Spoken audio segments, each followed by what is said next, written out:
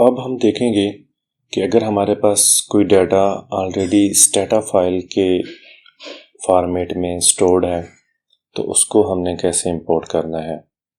तो उसके लिए हम फाइल में जाएंगे और डायरेक्ट ओपन पे क्लिक करेंगे। इसके लिए कंट्रोल ओ भी यूज़ किया जा सकता है। ऑटो डाटा हमने कन्वर्ट करके सेव किए हैं, इसको ओपन कर लेते हैं। तो जैसे ही हम डाटा को ओपन करते हैं हमारे पास ये एक वेरिएबल व्यू में आप देख रहे हैं कि हमारे पास काफ़ी सारे वेरिएबल्स जो कि डाटा में मौजूद हैं वो सारे लोड हो चुके हैं। इनके नेम्स भी मौजूद हैं और लेबल भी हमारे पास मौजूद हैं। फिर इनकी डिफरेंट प्रॉपर्टीज़ जैसे हम सेलेक्ट करते हैं एक वेरिएबल मेक, तो मेक की हमारे पास प्रॉपर्टीज़ आ रही हैं, टाइप स्ट्रिंग 18 है और ये सारी चीज़ें हैं। और डाटा के अंदर हमारे पास उसका पाथ आ रहा है, उसके बाद उसका लेबल आ रहा है, फिर हमारे पास नंबर ऑफ़ वेरिएबल्स है, ऑब्जर्वेशंस हैं, फाइल साइज़ है, मेमोरी जो कि स्टेटा की हम यूज़ कर रहे हैं वो है, और सॉर्टेड बाय क्या है, फॉरेन है। सॉर्टेड बाय का मतलब ये है कि डाटा को हमने किस तरह से सॉर्ट किया है। अगर हम इसके सॉर्टिंग चेंज करते हैं तो यहाँ पे वो चीज़ सेव हो जाएगी, वो शोर होगी। वेरिएबल्स मैनेजर है, उसको ओपन करके हम तमाम चीज़ें देख सकते हैं। अच्छा, यहाँ पे हमारे पास 4-5 किस्म की डाटा टाइप्स जो हैं वो हैं, हम आज उनको डिस्कस कर लेते हैं। एक है हमारे पास बाइट। बाइट में जो स्मॉलेस्ट डाटा साइज़ होता है, जैसे आपके पास 2 से 3 डिजिट्स में डाटा आ रहा है तो वो, लेकिन वो डाटा न्यूमेरिक होना चाहिए, तो वो यहाँ पे आपके पास शो हो रहा होगा बाइट में। आप उसको खुद से भी बाइट सेलेक्ट कर सकते हैं। जैसे यहाँ पे आप चेंज करके उसका format byte, double, float, int and long कर सकते हैं। फिर दूसरा हमारे पास ऑप्शन है फ्लोट का। फ्लोट में हमारे पास डिजिट्स जो हैं वो 6 तक जाते हैं और साथ में ये पॉइंट्स को भी ऑप्शन, यानी कि डेसिमल ऑप्शंस भी देता है कि आप डिफरेंट डेसिमल्स भी यूज़ कर लें। फिर ये फ्लोट एक 6.2 के साथ है और जो हेड रूम है वो हमारे पास 6.1 के साथ है। तो चलिए देखते हैं ज़रा इन दोनों में डिफरेंस क्या है। एक हमारे पास जो हेड रूम है, किधर गया हेड रूम, ये 6.1 के साथ था, ठीक है।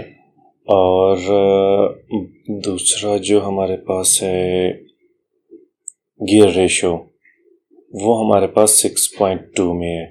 अब चीज़ देखिएगा कि हेड रूम में हमारे पास 1 डेसिमल आ रहा है और गियर रेशियो में हमारे पास 2 डेसिमल्स आ रहे हैं, ठीक है।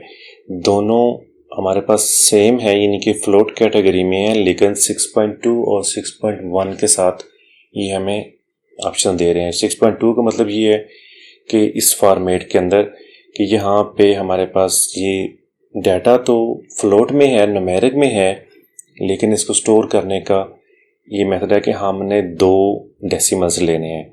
अगर हम इन डेसिमल्स को कम करते हैं, लेट्स से हम इसको यहाँ पे एडिट कर देते हैं और इसको बल्कि हम हेड रूम के एक ही जगह 2 करते हैं, तो हमारे पास यहाँ पे हेड रूम को देखें एक एडिशनल 0 ऐड हो चुकी है, ठीक हो गया।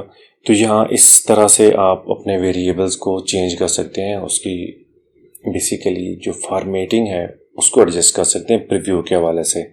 डाटा तो आपका उसी तरह से स्टोर रहेगा, लेकिन उसका प्रीव्यू, उसकी फॉर्मेटिंग चेंज हो जाएगी।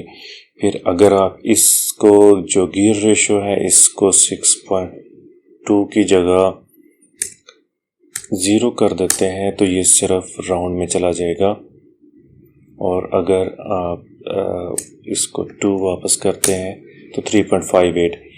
एक और चीज़ आपने नोट की है कि जैसे ही हम उसके डेसिमल्स कम करते हैं तो ऑटोमेटिकली उसको राउंड कर देता है।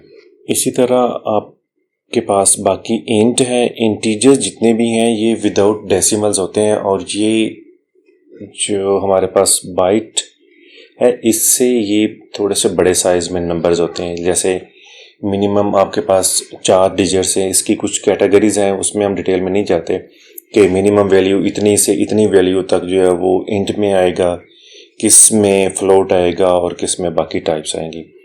तो आपने ये चीज़ याद रखनी है कि फ्लोट जो है वो डेसिमल्स के लिए यूज़ होता है, इंट होल नंबर के लिए यूज़ होता है, बाइट यानी कि आपके पास एक या दो डिजिट्स हैं तो उसके लिए आप यूज़ कर लें, और जो स्ट्रिंग है हमारे पास वो टेक्स्ट डाटा के लिए यूज़ होता है।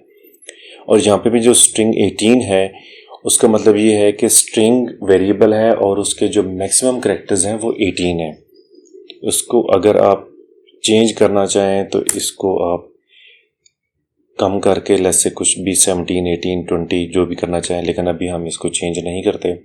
तो ये ऑप्शन सारे पास यहाँ पे आपके पास मौजूद हैं डाटा को वेरिएबल्स को मैनेज करने के लिए।